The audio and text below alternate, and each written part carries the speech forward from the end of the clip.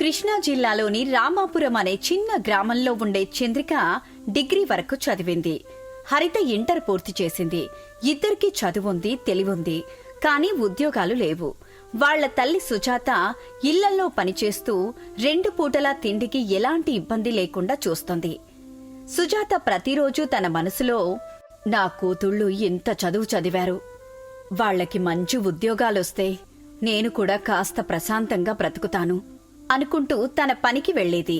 ఒకరోజున బాగా నీరసంగా ఉందని సుజాత మంచంలో కూర్చుంది. చంద్రిక, హరిత, ఏదో ఒక ఉద్యోగం తెచ్చుకోండి. నా వయసు పెరుగుతోంది. ఎప్పటి వరకు ఇలా పనులు చేస్తానో చెప్పలేను. ఏ క్షణం కూలిపోతానో తెలీదు. నా ప్రాణం ఉన్నప్పుడే మీరు సంపాదించడం చూడాలి. అప్పుడే నా ఆత్మ సంతోషిస్తుంది అని చెప్పింది. ఆ మాట వినగానే చంద్రిక, హరిత కళ్ల నుంచి బాధగా కన్నీళ్లొచ్చాయి. అమ్మా, నువ్వలా మాట్లాడకు. మాకు భయం వేస్తుంది. ఉద్యోగం కోసం ఎంతగానో ప్రయత్నిస్తున్నావమ్మా. కాని ఎక్కడ చూసినా అనుభవం కావాలంటున్నారు. ఎవరో ఒకరు పనిస్తేనే కదా అనుభవం వచ్చేది. ఎవరూ పనివ్వకుండా అనుభవం ఎక్కడి నుంచి వస్తుంది? సుజాత మౌనంగా ఉంది. డబ్బిచ్చి కోర్సులు చేయమంటున్నారు. మన దగ్గర అంత డబ్బు లేదు కదా అమ్మా. మాకు 2 పూటలా అన్నం పెట్టడానికే నువ్వు ఎంతో కష్టపడుతున్నావు. డబ్బు కోసం మరింతలా కష్టపెట్టడం నాకిష్టం లేదు. నేను కాసేపు పడుకుంటాను చంద్రిక. చాలా నీరసంగా ఉంది. సరే అమ్మా. చంద్రిక సుజాతని మంచంలో పడుకోబెట్టింది. అలా సమయం గడుస్తూ ఉంటుంది. ఆ రోజు సాయంత్రం భారీ వర్షం మొదలైంది. గ్రామమంతా చల్లని గాలులతో నిండిపోయింది. రోడ్లన్నీ తడిసిపోయాయి. ఇంట్లో ముగ్గురు కూర్చుని వర్షాన్ని చూస్తున్నారు. అమ్మా, వర్షమిలా పడుతుంటే అందరూ సంతోషపడతారు. కాని మనకు మాత్రం భయంగా ఉంది. వర్షం రైతులకు వరం, మనలాంటి పేదవాళ్లకు పరీక్ష.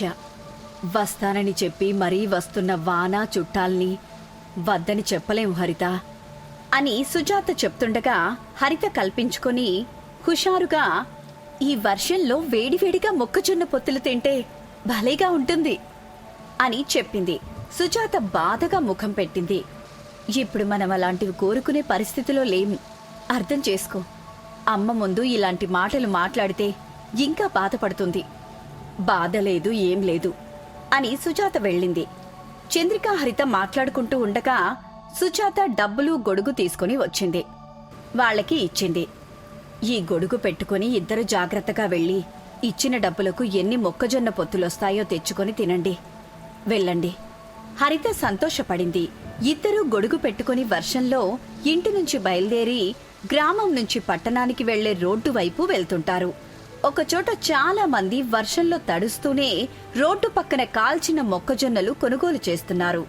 హరిత, వాళ్ళందరూ మొక్కజొన్నల కోసం ఎంత ఆసక్తిగా చూస్తున్నారో చూసావా? చూశానక్కా. మనం కూడా తొందరగా వెళ్దాం, లేదంటే అయిపోతాయి. మనం కూడా అమ్మితే? హరిత ఆశ్చర్యంగా చూసింది. ఆలోచన బావుందక్కా, కాని మన దగ్గర పెట్టుబడి ఎక్కడుంది చెప్పు? ఇద్దరూ అలా మాట్లాడుకుంటూ వచ్చి కాల్చిన మొక్కజొన్నలను తీసుకుని జాగ్రత్తగా ఇంటికొచ్చారు. ఇంట్లో ముగ్గురు కూర్చొని తింటున్నారు. అమ్మా, అక్క ఈ వర్షంలో కాల్చిన మొక్కజొన్నలు అమ్ముదామని చెప్పింది. అక్క ఆలోచన బావుంది, కాని డబ్బులు కావాలి కదా? సుజాత చంద్రికని చూసింది. అవునమ్మా, జాబ్స్ ఎలాగూ రావడం లేదు. ఈ వర్షాకాలంలో కాల్చిన మొక్కజొన్నలు అమ్మితే కొంత లాభం వస్తుంది కదా. వస్తుందో రాదో తెలియని జాబ్ కోసం ఆరాటపడ్డం, బాధపడ్డం కంటే తెలిసిన పని చేసుకోవటం మంచిది కదమ్మా. చంద్రిక చెప్పింది సుజాతకి నచ్చింది. ఇద్దరు కూతుర్లని తీసుకుని ఆ ఇంట్లో ఒక మూలన ఉన్న పాత ఇనుప పెట్టె దగ్గరికి తీసుకెళ్ళింది. తెరిచి అందులో ఉన్న 2000 రూపాయలను ఇచ్చింది. ఇవి మీ నాన్న చనిపోయిన తర్వాత దాచుకున్న చివరి డబ్బులు. ఎప్పుడైనా అవసరం వస్తే ఉపయోగిద్దామని పెట్టాను. అమ్మా, ఇవి ఖర్చు పెడితే డబ్బు దాచుకుంటే పెరగదు, కష్టంతో కలిస్తే పెరుగుతుంది అని చెప్పింది. మరుసటి రోజు ఉదయం ఆ డబ్బులు తీసుకుని అక్కా చెల్లెళ్ళు సమీప రైతు రాఘవయ్య దగ్గరికి వెళ్లారు. పెద్దయ్యా, మాకు మొక్కజొన్న కంకులు కావాలి. దేనికమ్మా? అమ్మడానికి పెద్దయ్యా. అయితే మీకు తక్కువ ధరకి ఇస్తాలే, తీసుకెళ్ళండి అని 100 మొక్కజొన్న కంకులని 2 సంచులలో కట్టి ఇచ్చాడు. చెరొకటి నెత్తిన పెట్టుకుని ఇంటికొచ్చారు. అదే రోజు మంచిగా ఉందని సుజాత చెప్పడంతో పట్టణానికి వెళ్లే రోడ్డు పక్కన చిన్న బండి పెట్టారు. ఒక పాత గొడుగు కట్టారు. బొగ్గులు వెలిగించారు. కాల్చుతూ ఉంటారు. గంట గడిచింది.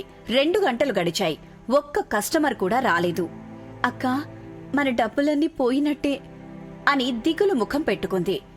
చంద్రిక ఏం మాట్లాడలేదు. అప్పుడు ఒక వృద్ధుడొచ్చాడు. ఒక మొక్కజొన్న ఎంతమ్మా? 20 రూపాయలు తాతయ్య. వృద్ధుడు ఒకటి కొనుక్కున్నాడు. ఆ రోజు వాళ్ల మొదటి అమ్మకం జరిగింది. ఆ 20 రూపాయలు చేతిలో పడగానే ఇద్దరూ ఎంతో ఆనందపడ్డారు. కాని నిజమైన మార్పు మరుసటి రోజు వచ్చింది. హరితకు ఒక కొత్త ఆలోచన వచ్చింది. అక్కా, అందరూ ఒకే రుచిలో అమ్ముతున్నారు. మనం కొత్తగా చేద్దాం. నిమ్మరసం, కారం, వెన్న, చాట్ మసాలా కలిపి ఇంట్లోనే ప్రత్యేక మసాలా తయారు చేసింది. రోడ్డు పక్కన పెట్టి అమ్మడం మొదలుపెట్టారు. ఆ రోజు ఒక కాలేజ్ అమ్మాయి మొక్కజొన్న కొనుక్కుంది. తిని ఆశ్చర్యపోయింది. వావ్, ఇది చాలా టేస్టీగా ఉంది అంటూ ఫోన్లో వీడియో తీసి సోషల్ మీడియాలో పెట్టింది. మళ్ళీ ఎవరూ రాలేదు. ఏంటక్కా ఇది? హరిత మాటలు విని చంద్రిక కూడా కాసేపు మౌనంగా నిలబడిపోయింది. బొగ్గుల మంట నెమ్మదిగా మండుతోంది. మొక్కజొన్న కంకులు అలాగే ఉన్నాయి. రోడ్డుపై అప్పుడప్పుడు వాహనాలు వెళ్తున్నాయి. కాని ఎవ్వరూ వాళ్ళ బండి దగ్గర ఆగడం లేదు.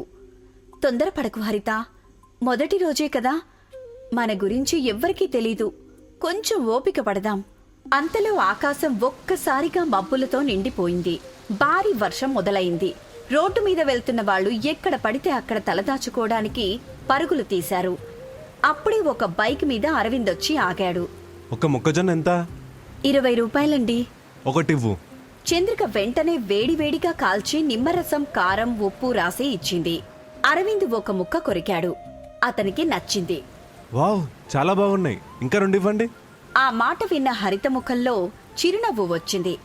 అరవింద్ వెంటనే తన ఫ్రెండ్స్ కి ఫోన్ చేసి పిలిచాడు. ముగ్గురు బైకుల మీద వచ్చారు. వాళ్లంతా కలిసి సరదాగా బైకుల మీద ప్రయాణం చేస్తున్న వాళ్ళు.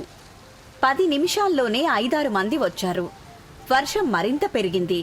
చల్లని గాలిలో వేడివేడిగా కాల్చిన మొక్కజొన్నల వాసన చుట్టుపక్కల వ్యాపించింది.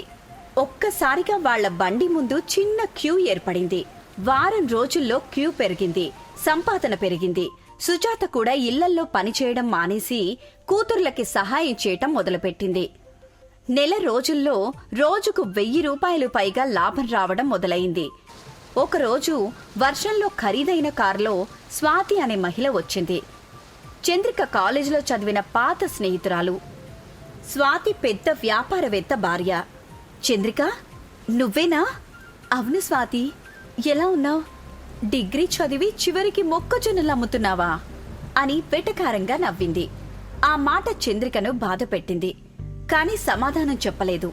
స్వాతి 2 మొక్కజొన్నలను తీసుకుని వెళ్ళింది. ఆ రోజు రాత్రి ఇంటికొచ్చిన తర్వాత హరిత కోపంగా ఉంది. అక్కా, ఆమె మాటలకు గట్టిగా జవాబు చెప్పాల్సింది. మనం చెప్పడం కాదు చెల్లి, మన విజయం జవాబు చెప్తుంది. ఇద్దరూ అలా మాట్లాడుకుంటూ నిద్రలోకి వెళ్లారు. 1 సంవత్సరం తర్వాత చంద్రిక మాట నిజమైంది. వాళ్ల దగ్గర 3 బండ్లున్నాయి. 2 ఉద్యోగులు కూడా ఉన్నారు. 2 సంవత్సరాల తర్వాత అక్కా చెల్లెళ్ళు చిన్న ఫుడ్ ట్రక్ కొనుగోలు చేశారు. రెయిన్ కార్న్ స్పెషల్ పేరుతో వ్యాపారం ప్రారంభించారు. 5 సంవత్సరాల తర్వాత అదే గ్రామంలో పెద్ద భవనం కట్టుకున్నారు. 10 మందికి ఉద్యోగాలిచ్చారు. ఒకరోజు వ్యాపార సదస్సులో ముఖ్య అతిథిగా చంద్రికను ఆహ్వానించారు. అక్కడికి వచ్చిన వారిలో స్వాతి కూడా ఉంది. స్టేజిపై చంద్రికను సన్మానిస్తుండగా స్వాతి ఆశ్చర్యంగా చూస్తూ నిలబడిపోయింది. కార్యక్రమం తర్వాత చంద్రిక దగ్గరికి వచ్చింది.